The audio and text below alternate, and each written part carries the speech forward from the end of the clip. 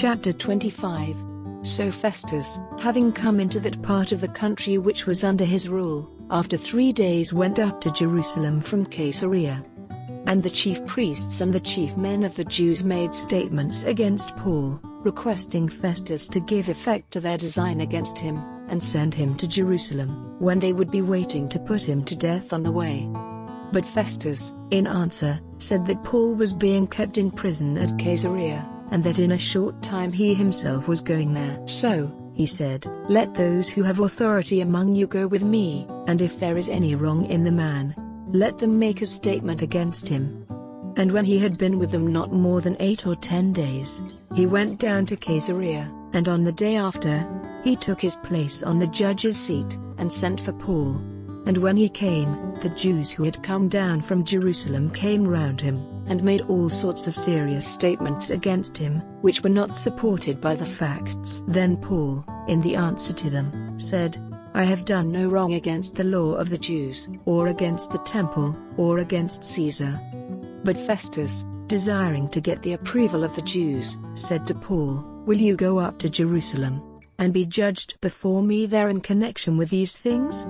And Paul said, "I am before the seat of Caesar's authority where it is right for me to be judged. I have done no wrong to the Jews, as you are well able to see.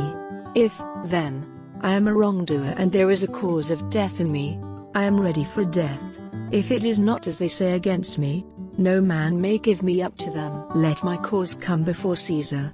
Then Festus, having had a discussion with the Jews, made answer, "You have said, 'Let my cause come before Caesar,' to Caesar you will go."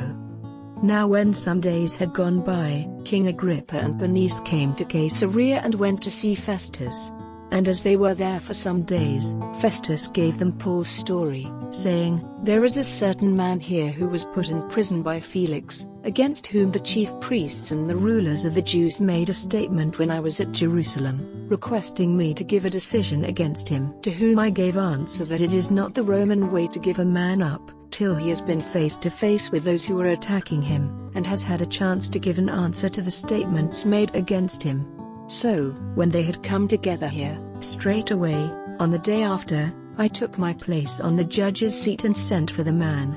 But when they got up they said nothing about such crimes as I had in mind, but had certain questions against him in connection with their religion, and about one Jesus, now dead, who, Paul said, was living. And as I had not enough knowledge for the discussion of these things, I made the suggestion to him to go to Jerusalem and be judged there. But when Paul made a request that he might be judged by Caesar, I gave orders for him to be kept till I might send him to Caesar. And Agrippa said to Festus, "I have a desire to give the man a hearing myself." "Tomorrow," he said, "you may give him a hearing." So on the day after, when Agrippa and Bernice in great glory had come into the public place of hearing, with the chief of the army and the chief men of the town, at the order of Festus, Paul was sent for. And Festus said, "King Agrippa, and all those who are present here with us, you see this man, about whom all the Jews have made protests to me, at Jerusalem and in this place, saying that it is not right for him to be living any longer.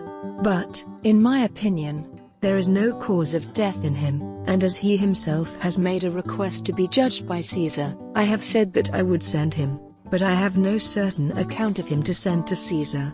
So I have sent for him to come before you, and specially before you, King Agrippa, so that after the business has been gone into, I may have something to put in writing.